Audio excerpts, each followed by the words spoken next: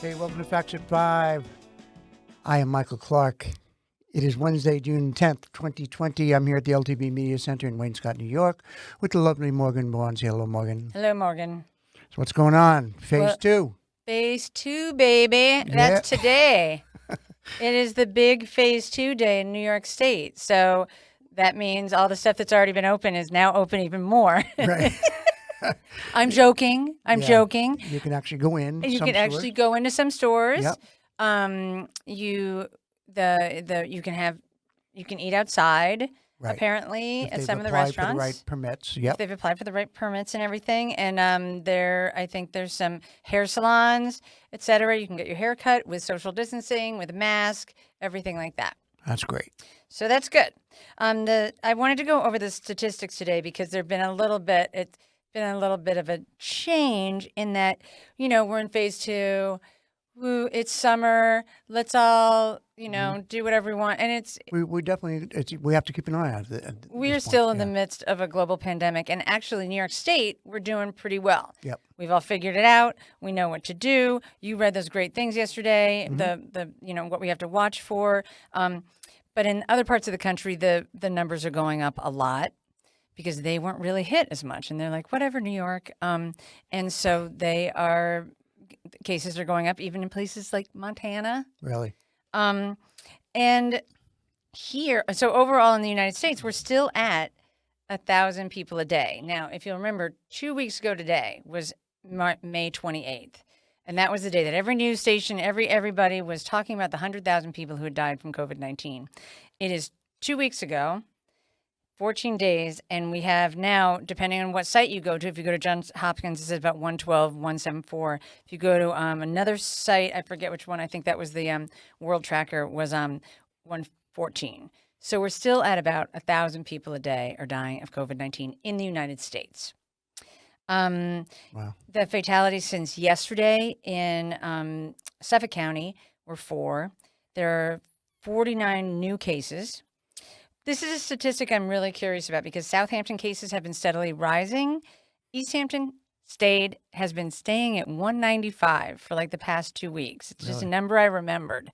I'm going to look back and see what that is going on with that. Maybe we're just... I think that's one of the rules in East Hampton. We're not allowed to have COVID here.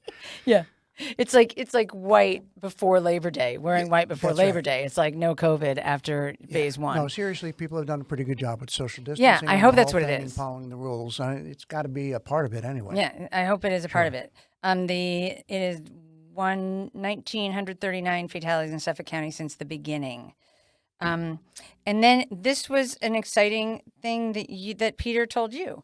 I think a couple weeks ago. He mentioned that they were working on getting a drive-up testing site in Montauk, and that will open on Tuesday at the Montauk School.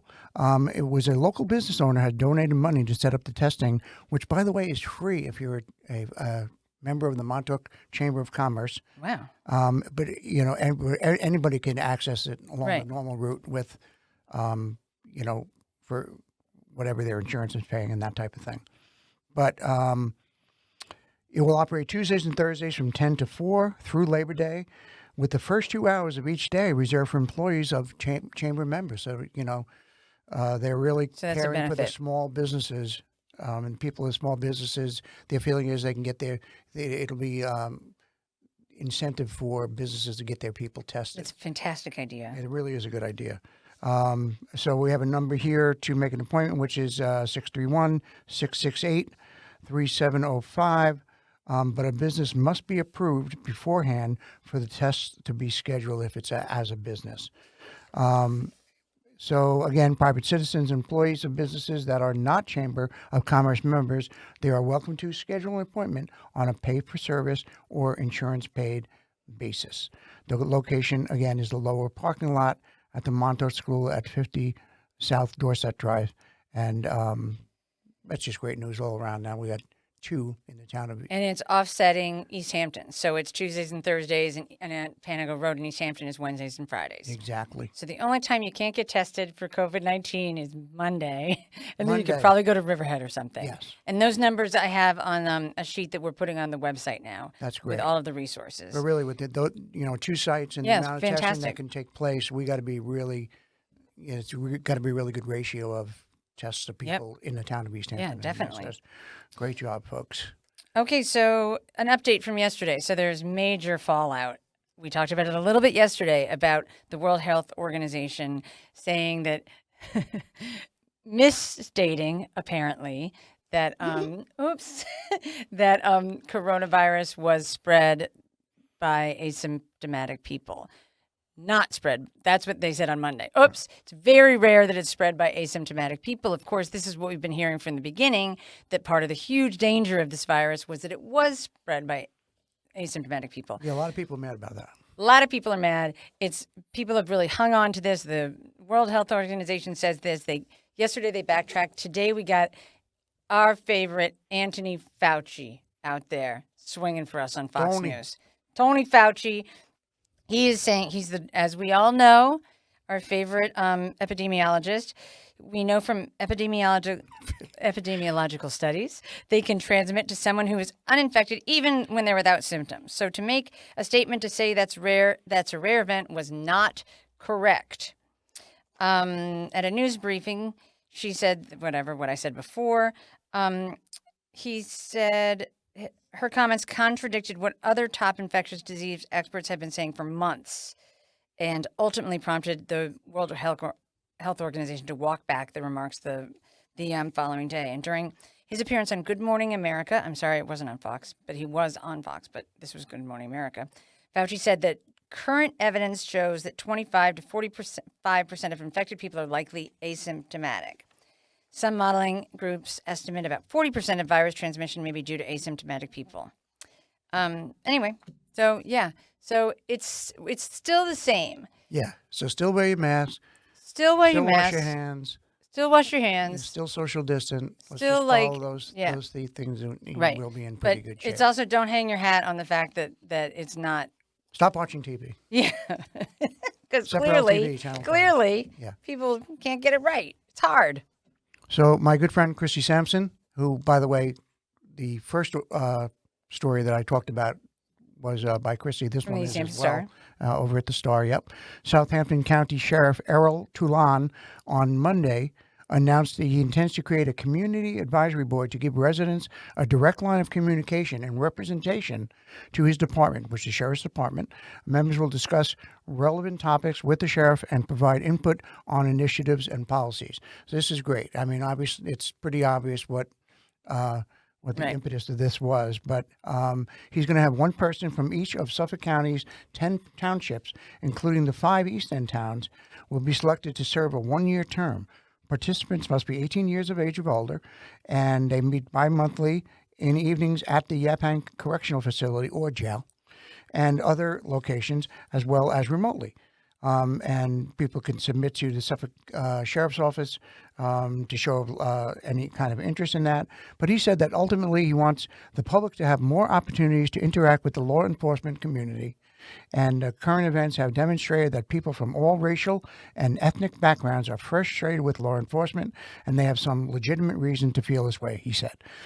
I am looking for a diverse group of people to discuss issues, learn about the sheriff's office, and share their ideas. So I think this is a wonderful thing. Any type of communication is good. They posed this question to Steve Malone, saying whether or not it was going to be done at the Suffolk County Police level, and he just wasn't aware of anything yet. Currently, so right. more could follow on that, but that's good news, I think. Okay, so another newspaper merger. Yeah. Last year we had the Express, Sag Harbor Express, and the Press, Southampton Press, East Hampton Press, merge to become the Express News Group. Right.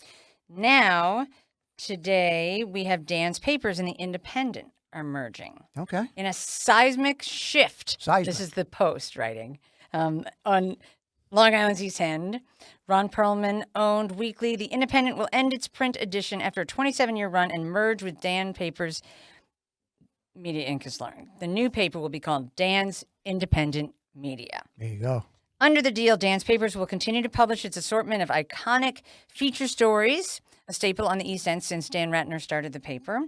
Originally known as the Montauk Pioneer in 1960, The Independent will continue to post news online at indieeastend.com. So staff was informed of the change on yesterday. Financial terms were not disclosed, and Richard Burns, the owner of Dan's Papers, will be the chairman of the board. Perlman will be vice chairman, but represented by a former chief staff of Governor Cuomo. And so now we have that you won't have to pick up two things at the IGA anymore. That's right. It's all under one roof now. That's great. That's good. I hope there's no job loss or anything associated with that. Definitely. You know, with the Independent, we know a lot of folks over there, and got our fingers crossed for that. Yep. So, so a couple things that might be that are going on. We have an evening with historian Sandy Brewster Walker, the history of people of color on Eastern Long Island, from first contact to colonial subjugation. Subjugation. Yes. Tuesday, June 23rd, at 6 p.m. There's going to be a Zoom type of lecture event. Yeah, so you can get information on that from the Amagansett Library, amagansett.library.org, or the director at the amagansett.library.org. You can sign up for that, and that should be pretty good. And that's at 6 p.m. And then this weekend, the retreat is having a virtual cocktail hour. Yeah. Which I would love to know how they're going to get my martini through my computer.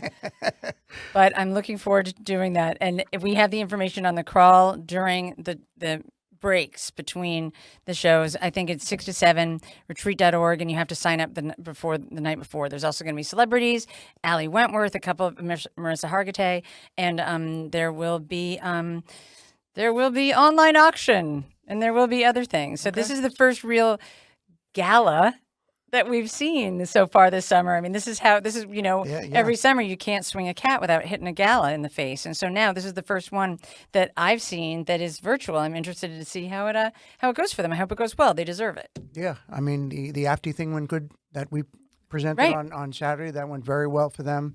And, I think we're going to be seeing a lot more of these things. I mean, what choice do they have, really? Yeah, and it sounds like fun. Sure. So once again, thank you to our sponsor for Facts at 5, Sound Aircraft Services. Be sure to follow us on social media and check out our website at ltveh.org. And we'll see you tomorrow, folks. Thanks for tuning in.